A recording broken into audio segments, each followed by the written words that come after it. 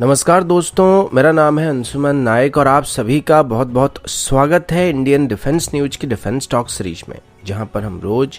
नए नए defence updates के बारे में बात करते हैं। तो चलिए देर न करते हुए आज की वीडियो शुरू करते हैं।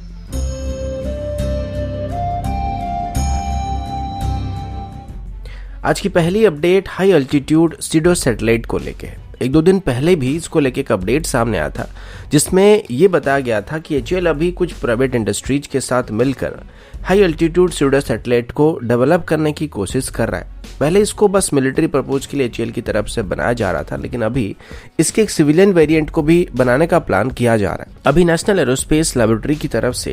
ये बात कंफर्म किया गया कि high altitude pseudo satellite programme को भी ministry of science and technology की तरफ से फंडिंग किया जा रहा है और अभी CSIR और नेशनल एरोस्पेस लैबोरेटरी को इस प्रोजेक्ट को लेकर एक डेमो दिखाने के लिए कहा गया, जिसमें इन solar power fixed wing high altitude drones को टेस्ट किया जाएगा। और ये जो civilian high altitude pseudo satellite होने वाले हैं, ये लगभग 20 किलोमीटर की अल्टीट्यूड में उड़ान भर पाएंगे, जो कि स्ट्रेटोस्फीयर के ऊपर होने वाला है। और एक बार इनको लॉन्च कर दिया गया तो ये 24 घंटे लगभग 6 महीने तक उड़ान भर सकते हैं। नेशनल एरोस्पेस लैबोरेटरी के मुताबिक इसकी जो सिविलियन वेरिएंट है, इसे अभी टेलीकॉम, सर्वे, सर्वेलेंस, अर्थ ऑब्जर्वेशन, जियो इन्फॉर्मेशन और क्लाइमेट चेंज के बारे में रिसर्च करने के लिए इस्तेमाल किया जा सकता है। और अभी तक इसके लिए जितना भी फंडिंग किया गया है, उसमें इसकी डेवलपमेंट के साथ साथ इसकी इनिशियल 2 प्रोटोटाइप को बनाने का प्लान किया गया है और इसकी एक 1/3 स्केल डाउन वेरिएंट को भी बनाया जाने वाला है, जिसे सबसे पहले टेक्नोलॉजी डेमोन्स्ट्रेटर के तौर पर इस्तेमाल किया जाएगा और इसे लगभग 3 किलोमीटर की एल्टीट्यूड में टेस्ट किया जाएगा। अभी नेशनल एरोस्पेस लैबोरेटरी की तरफ से दी गई रिपोर्ट के मुताबिक नाल की तरफ से जिस हाई अल्टीट्यूड सीडो सैटेलाइट को डेवलप किया जा रहा है, इसके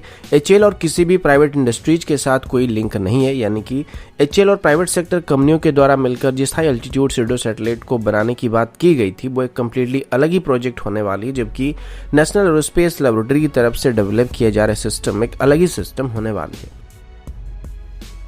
अगला अपडेट बैलिस्टिक हेलमेट्स को लेके है। अब पिछले हफ्ते एक रिपोर्ट सामने आया था, जिसमें यह बताया गया था कि भारत की तरफ से अभी लगभग 80,000 नए बैलिस्टिक हेलमेट को खरीदने का फैसला किया गया, जो कि पहले ऑर्डर किए गए बैलिस्टिक हेलमेट के मुकाबले बेहतर होने वाले हैं, क्योंकि ये हेलमेट अभी AK-47 राइफल की स्टैंडर्ड की स्टील कोर बुलेट को भी रोक सकते हैं। अभी MQ की तरफ से अनाउंस किया गया कि उनकी तरफ से अभी इंडियन आर्मी की 6 सोल्जर्स के लिए एक स्पेशल हेलमेट को डिजाइन किया गया। MQ की बात करें तो अभी इंडियन आर्मी को जो मॉडर्न बैलिस्टिक हेलमेट को सप्लाई किया जा रहा है, उसको MQ की तरफ से सप्लाई किया जा रहा है और आगे चल के इंडियन आर्मी के लिए भी MQ को इन हेलमेट के लिए ऑर्डर मिलने की उम्मीद किया जा सकता है, जिस वजह से MQ की तरफ से अभी इंडियन आर्मी की 6 सोल्जर्स के लिए एक स्पेशल डिजाइन के हेलमेट को तैयार किया गया था। अब नॉर्मली 6 सोल्जर्स जो होते हैं वो अपने सर पर पगड़ी बांधते हैं और एक क्लॉथ पटका का भी इस्तेमाल करते हैं, तो उसके साथ हेलमेट पहनना थोड़े मुश्किल हो जाते हैं और सेफ्टी को ध्यान में रखते हुए उनके लिए अभी एक स्पेशल शेप के हेलमेट को तैयार किया गया। ये helmet NIJ level 3A standard की है, यानी कि 9 mm तक की प्रोटेक्शन को प्रोवाइड कर सकता है। इसके अलावा इन हेलमेट्स में सभी तरह के अटैचमेंट को भी इस्तेमाल किया जा सकता है या इंटीग्रेट किया जा सकता है। अब देख सकते हैं कि इन हेलमेट में सर के ऊपर वाले हिस्से को थोड़ा सा गुम्बद का आकार दिया गया है, जिसको मेनली टर्बन के साथ पहनने में आसानी होने वाली है। अब ये किस हद तक कंफर्टेबल होगा, ये तो टेस्टिंग के बाद ही पता चलने वाला है, क्योंकि MQ के मुताबिक ये हेलमेट काफी कंफर्टेबल है, लेकिन असली बात तो तब पता चलेगी जब इंडियन आर्मी के 6 सोल्जर इसको ट्राई करेंगे और अपनी ओपिनियन देंगे। उसके बाद इन हेलमेट की पॉजिटिव और नेगेटिव साइड के बारे में पता चलने वाला है।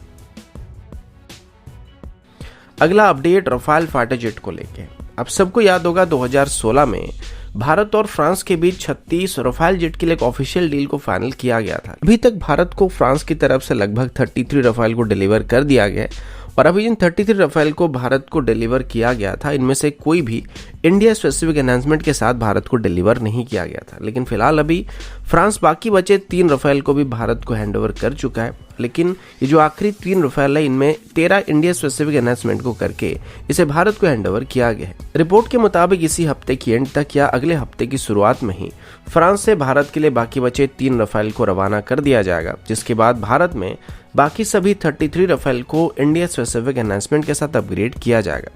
कुछ दिन पहले बताया गया था कि जो आखिरी रफाल होगा उसको अप्रैल में भारत को डिलीवर किया जाएगा, लेकिन यहाँ पर वक्त से पहले ही फ्रांस की तरफ से इसको भारत को डिलीवर कर दिया गया है। ऑफिशियली भारत की तरफ से ऑर्डर किए गए स्पेसिफिक एनहांसमेंट के बारे में डिटेल में बताया नहीं गया था, लेकिन ओपन सोर्स डाटा के मुताबिक भारत के रफाल में अभी एक लो फ्रिक्वेंसी जैमर को इंस्टॉल करने की बात की गई थी, जो कि एक तरीके से रफाल की इलेक्ट्रॉनिक वॉरफेयर सिस्टम को और भी बेहतर करने वाला है, यानी कि एक तरीके से ये रफाल को वर्चुअल स्टेल्थ को प्रोवाइड कर सकता है। इसके अलावा इंडियन रफाल में अभी advance communication system, upgraded radio altimeter, high altitude engine startup system जो कि मेनली लद्दाख और हिमालयन क्लाइमेट के हिसाब से ट्यून किया गया, और अभी इसके अलावा कई सारे सिस्टम इसमें ऐड किए गए जिनकी एग्जैक्ट स्पेसिफिकेशन को ऑफिशियली डिस्क्लोज नहीं किया गया है।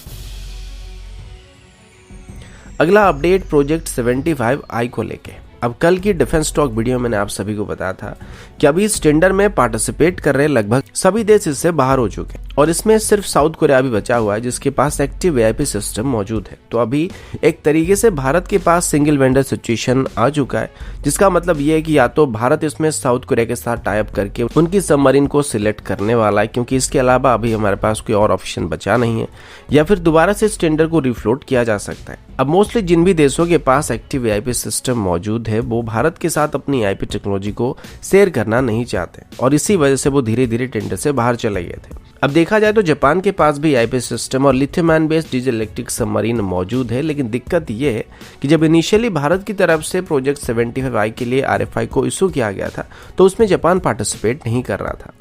अभी अगर इस टेंडर को रीफ्लोट किया जाता है तो इसको फाइनल होने में फिर से कम 5 साल लग जाएंगे, यानी कि फिर से टेंडरिंग प्रोसेस को फॉलो करने में हमको कई साल लग जाएंगे। तो अभी हमारे पास इसकी दो ऑप्शन बचा हुआ है। पहला ऑप्शन तो ये कि या तो हम अभी सीधे तौर पर साउथ कोरिया के साथ एक government to government deal sign कर सकते हैं जिसके अंदर हम उनकी मॉडर्न KSS-3 सबमरीन के लिए डील को फाइनल कर सकते हैं, या फिर पहले ही हमारे पास जो स्कॉर्पियन क्लास की सबमरीन की टेक्नोलॉजी मौजूद है जिसको फ्रांस के साथ मिलकर अभी मजगांव डॉक लिमिटेड के द्वारा बनाया जा रहा है, उनमें DRDO की तरफ से डेवलप किए गए आईपी सिस्टम को इंटीग्रेट कर सकते हैं और प्रोजेक्ट 75I के अंदर कंप्लीटली इंडिजिनस आईपी सबमरीन को मैन्युफैक्चर करने की कोशिश कर सकते हैं। अब इसके लिए एक दिक्कत ये है कि अभी DRDO की आईपी सिस्टम को टेस्ट करने के लिए एक सबमरीन की जरूरत पड़ने वाली है, जिसमें DRDO की आईपी सिस्टम को रिफिट किया जाएगा और उसके बाद इसको अंडर वाटर कंडीशन में टेस्ट किया जाएगा,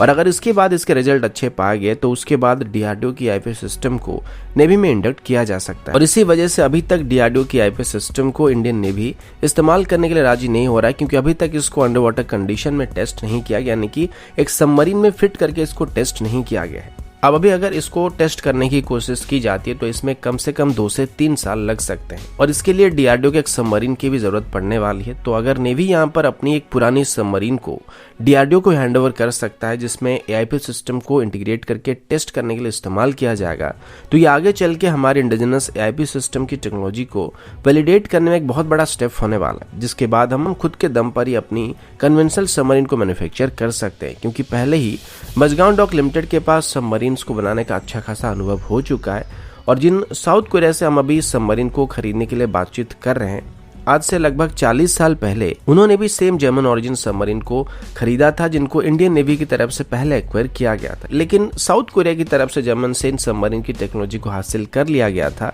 और अभी 40 साल बाद वो खुद जर्मनी के अगेंस्ट में टेंडर में अपने सबमरीन्स को ऑफर कर रहे जिनको जर्मनी की ही सबमरीन की टेक्नोलॉजी को बेस करके पहले बनाया गया था। तो हमें भी अभी वैसे ही आगे बढ़ने की जरूरत है और खुद की आईपी सिस्टम और सबमरीन को मैन्युफैक्चर करने की कोशिश करना चाहिए। तो दोस्तों अभी के लिए इतना ही, मिलता हूँ आपसे अगले वीडियो में, तब तक के लिए जय हिंद, वंदे मातरम।